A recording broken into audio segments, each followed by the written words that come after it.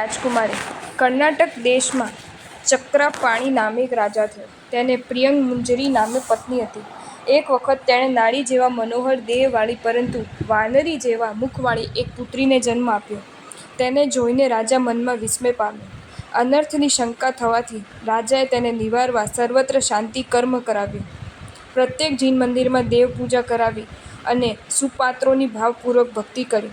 પ્રતિદિન વૃદ્ધિ પામતી એ સુંદર પુત્રી અનુક્રમે યૌવન પામી સૌભાગ્યમાં ઉત્તમ તે કન્યાનું સૌભાગ્યમંજરી એવું નામ પડ્યું.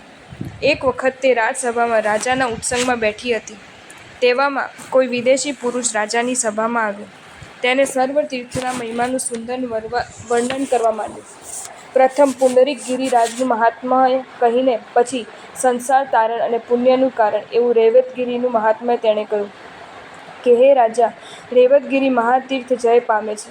વિવિધ પ્રકારે રૈવતાચલના મહાત્મ્યને સાંભળવાથી સૌભાગ્યમંજરીને પૂર્વભવનું સ્મરણ થવાથી તત્કાલ મૂર્છા પામી. ઘણા શીતોપચાર કરવાથી સચેતન થઈ હર્ષે ધરીને તે પોતાના પિતાને કહેવા લાગી, હે તાત, આજનો દિવસ મારા માટે મહામંગળરૂપ છે. તેનું કારણ તમે સાંભળો. પૂર્વભવે રૈવતાચલ ઉપર એક વાનરી હતી. તે વખતે સદા ચપળતાથી સર્વ શિખરો, વૃક્ષો અને સરિતાઓમાં હું ફરતી હતી. એ ગિરિના મુખ્ય શિખરેથી પશ્ચિમ દિશામાં એક અમલકીર્તિ નામે નદી છે. વિવિધ પ્રકારના પ્રભાવોવાળી અનેક દ્રહોથી ભરપૂર એ નદી શ્રી નેમિનાથ પ્રભુની દૃષ્ટિથી પવિત્ર થયેલી છે. અનેક વાનરોની સાથે વૃક્ષોમાં સ્વેચ્છાએ ફરતી હું વાનરી જાતિની ચપળતાના કારણે એક વખત ત્યાં આવી. ત્યાં ફલિત થયેલા આંબાને મોટી લતાના તંતુથી કંઠ બંધાઈ જવાને લીધે મારા પ્રાણ ચાલ્યા ગયા. ત્યાંથી મરણ પામીને તીર્થમાં નિવાસ કરવાના પ્રભાવથી હું તમારી પુત્રી થઈ છું. આ ભવમાં મારા શરીરમાં જે આશ્ચર્યકારી વિચિત્રતા થઈ છે તેનું કારણ એ છે કે તે સમયે વાનરી એવું મારું મસ્તક લતાપાશથી બંધાયેલું હતું. એટલું એ શરીર નમતું માત્ર મુખ વિના આખું શરીર એ અમલકીર્તિ નદીમાં પડ્યું. તેથી હું અહીં સર્વ અંગમાં લાવણ્યથી મંડિત થઈ અને એ તીર્થ નદીના સ્પર્શ વગરનું મારું મુખ વાનરી જેવું જ રહ્યું. હવે હે પિતા, મારું મસ્તક જે ત્યાં વૃક્ષ પર લટકી રહેલું છે તેને નદીમાં નાખો એટલે હું સુંદર મુખવાળી બનીને મારો જન્મ નિર્ગમન કરીશ. આ વિદેશી પુરુષે રૈવતગિરીનું મહાત્મ્ય સંભળાવીને મને તેનું સ્મરણ કરાવ્યું. તેથી હે પિતાજી, એ મારો ખરેખર બંધુ છે, માટે આપ તેનું ઘણું સન્માન કરો. આ રીતે પ્રસન્ન મનથી પુત્રીનો પૂર્વભવ સાંભળીને રાજાએ માણસો મોકલીને તેનું મસ્તક તે નદીમાં નંખાવ્યું. એટલે તત્કાલ એ રાજકુમારીનું મુખ પણ સુંદર શોભાવાળું થયું. રાજા પણ એ તીર્થનું મહાત્મ્ય પ્રત્યક્ષ જોઈને ચિત્તમાં બહુ જ વિસ્મય પામ્યા. પછી સૌભાગ્યમંજરી સંસારથી વિમુખ થઈ આગ્રહથી પિતાના પોતાનો વિવાહ ઉત્સવ કરતા અટકાવીને રૈવતાચલ તીર્થ ઉપર આવી.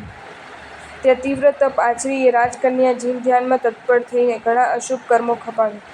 છેવટે મૃત્યુ પામીને તીર્થના મોહથી એ ત્યાં વ્યંતરદેવી થઈ અને તે નદીના દ્રમાં નિવાસ કરી સંઘના વિઘ્નોનો નાશ કરવાવાળી થઈ.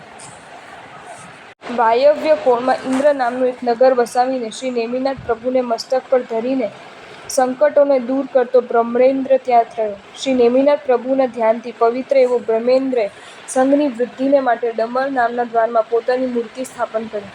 જીન ધ્યાનથી પવિત્ર મનવાળો મલ્લીનાથ નામનો બલવાન રુદ્ર નંદભદ્ર નામના ગિરિદ્વારમાં દ્વારપાલ થયો.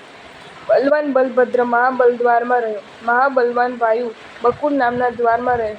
પોતાના શસ્ત્રોથી વિઘ્નરૂપ શત્રુઓને હણનારી અને ઉત્તર કુરુમાં રહેનારી 7 માતાઓ બદરી દ્વારમાં રહી. કેદાર નામે રુદ્ર કેદાર નામના દ્વારમાં ગિરિનો રક્ષક થઈને રહ્યો.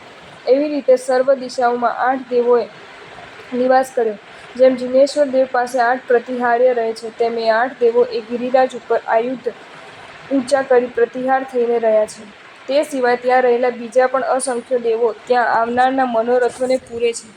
મુખ્ય શ્રમથી ઉત્તર દિશાએ તે દિશાનો રક્ષક મહાબલવાન મેઘનાદ છે. પશ્ચિમ દિશાનો રક્ષક વાંછિત અર્થને આપનારો રત્ન મેઘનાદ છે. પૂર્વ દિશામાં સિદ્ધેભાષ્ય છે અને દક્ષિણમાં સિંહનાદ છે. એ ચારેય દેવોથી તે શિખર જાણે ચતુર્મુખ હોય તેવું જણાય છે. મુખ્ય શિખરથી ચારે દિશાઓમાં 2 નાના શિખરો છે.